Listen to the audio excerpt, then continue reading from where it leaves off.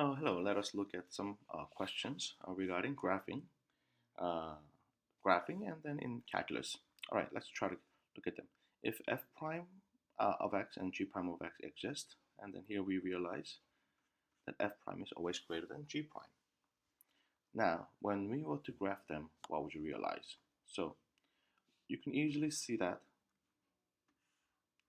if f prime, or the graph of f, were to be some sort of increasing function like this, and then what if we have g of x would be some sort of decreasing function in this way?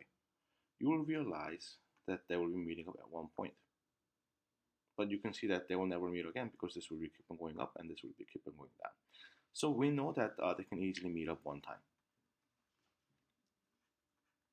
But the question is this: can they meet up 0 time? Meaning, can they never meet? Uh, in order for us to understand that, I can give you one example. Here we have, what if I were to have some sort of an exponential function, such as y equals e to the x? Slope is always positive, and then it just keeps on going up. And the other function, what if I were to call it as maybe, uh, constant function, or negation of that going down, one way or the other, you will see that they don't have to meet not even once. So in fact, in this context, we will realize that they could meet once or no time. Therefore, our answer will be choice B. Number two, I'm looking for the inflection point. All right, so what are we going to do? We will be taking the derivative 2 times. So we are y prime is equal to 20 x to the third power minus 5x to the fourth power. Now y double prime becomes here 60x squared minus 20x to the third power. Then I can factor out common factor here, 20x squared. Then we get 3 minus x. You see that a point of inflection is where concavity changes, meaning about, here we can see that x can be equal to 0, but x can be equal to what? 3. About these 2 points, the concavity, that the second values of the second derivative has to change. You know that this will be our answer because you have single root. Then about 3, the sign will change. But here, 0, it will not change because we have double root. We have learned that in pre-calculus. So about 0, you can do the sign analysis later on if you want to, but you will realize that values of the concavity wouldn't change about 0. So therefore, our answer is the one that contains 3 alone, which is choice B. Number 3, well, actually it was the same question, so I'm going to skip. Number 4 here, what are the coordinates of inflection point? So same thing, we're going to take the second derivative here. What is the first derivative? By the product rule, we can say that x plus 1 times the derivative of arctangent of x, which is 1 over 1 plus x squared. Now, how about the second plus arctangent of x, and then derivative of x plus 1, which is equal to 1. So there it goes. That's our first one. What is our second derivative? Once again, I'm going to use the product rule here, or I could have used the quotient rule. Either way, or maybe we'll just use the quotient rule. How about that? Then first bottom one square, here which you get 1 plus x squared.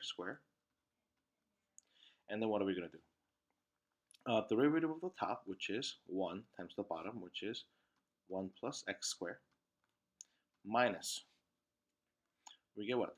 Top times x plus 1, derivative of the bottom, which is equal to 2x. That's what we will be end up getting. Now, plus derivative of the arctangent is 1 over 1 plus x squared. But you will realize that to make them have the common denominator, I have to multiply top and bottom by 1 plus x squared. So I'm going to make that into square. So we have 1 plus x squared. Now, then what do we end up getting? Denominator becomes 1 plus x squared.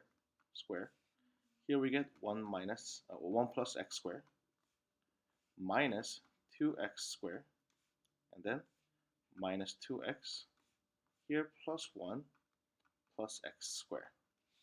Then you can see that negative 2x squared cancels out these two x squares, and we are left with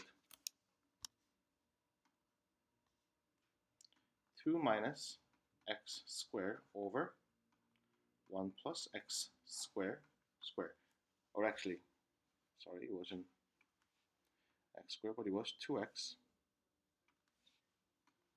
So then, having this one equal to 0, you can see that when x equals 1, the numerator will be equal to 0.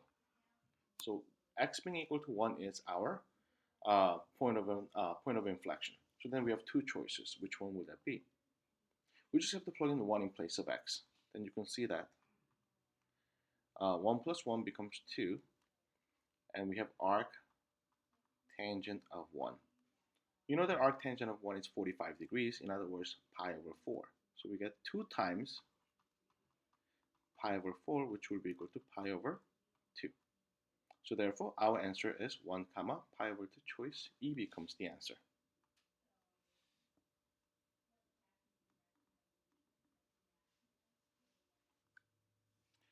Number 5. So here we have, for what value of x is f increasing? All right, to see if increasing and decreasing, we have to find the first derivative. Then first derivative here becomes 1, and then derivative of 1 over x becomes minus 1 over x squared. Then we need to find the critical values. Here you can easily see that x can be equal to 1 or negative 1. That makes this one equal to 0. But there's one more, 0. That's right. The reason why 0 is the one of the critical value is because 0 makes the derivative undefined. See? So that's another one. But the thing is, when you plug in 0, 0 is not part of the domain anyway, so you know that there's no value for 0. But we'll do the number line analysis, sign analysis, and then we'll see what happens. Here we get negative 1, 0, and then 1. So let's plug in the value below negative 1, such as negative 2. Then this becomes 1/4. 1 minus 1/4 becomes positive. And likewise, if you have to plug in 2 here, you will get the same result. So this is positive. What if I have to plug in 0.5? Then this will be 0.5 squared becomes 1/4. Reciprocal of that becomes 4. So we get negative number here, negative value here. Then what is our answer? Increasing. So we're looking at this section and this section. So 1 and up or negative 1 and below. So which will be choice A, it seems. All right, let's move on to number 6. Here, the graph of y equals f of x. How many points of inflection? Now, we have to realize that this is the graph of f. And I'm looking for point of inflection here. So now then, let us look at the, let us try to highlight each section here. This one seems to be concave up because showing up. But on the other hand, this portion seems to be concave down. And here, concave up. And then here, concave down. So, where would you see point of inflection? 1 here, 2, 3. So our answer would have been 3. All right, let us look at the next question. Number 7. If f, let f be a function that is continuous here, and f prime of 0 does not exist, then we should see it's continuous and does not exist. That means we should see a corner or cusp. Here, not this one, here, and here. Now, f prime of 2 has to be equal to 0. That means we need to see horizontal slope around there. Yes, yes, yes, okay. And a double prime is negative. That means we have to see concave down for all. So this is concave up. That's not it. Concave down, concave up. No, it's not it. This one will be our answer, therefore.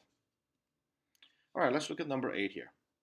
if a graph here has a point of inflection at 1 comma negative 6, what is the value of b? This point of inflection, that means we're going to take the derivative 2 times. So y prime becomes 3x squared plus 2ax plus b. Now y double prime becomes 6x plus 2a. Now, that has to be equal to 0. That means a will be equal to negative 3 when x equals 1. All right, so a equals negative 3. Then how can you figure out b value? So we just have to rewrite down the expression. Y equals x cubed minus 3x squared plus b minus 4. But when x equals 1, y has to be negative 6. So I'm plugging in here. So 1 minus 3 plus b minus 4. Then you can see that here we get b is equal to negative 7, negative 6. So b has to be equal to 0. So therefore, our answer is choice B. All right, number 9. Which of the following pairs of graphs could represent the graph of the function and its derivative? And you can see that this first case might be true because, as an example, we have e to the x. It will be the same thing in either way. So first one is okay. How about the second one? When there is horizontal slope, f prime has to be equal to 0, but it's not. So the second one is out. When there is horizontal slope, f prime has to be equal to 0. That works out. Increasing, so therefore above the x-axis. Decreasing, therefore below the x-axis. So first one and third one seems to be correct. So our answer is choice D. Number 10. If the graph of f prime is shown above, which of the following could describe relative extrema? So then here, this portion is negative to positive. So therefore, it's going to be minimum. Here, positive to negative, it's maximum. Negative to positive, it's minimum. So we get 2 minimum and then 1 maximum. 2, 1 maximum, and 2 minimum. Okay, so choice A seems to be the answer. All right, I'm going to stop here for the part 1, and then we'll see in part 2.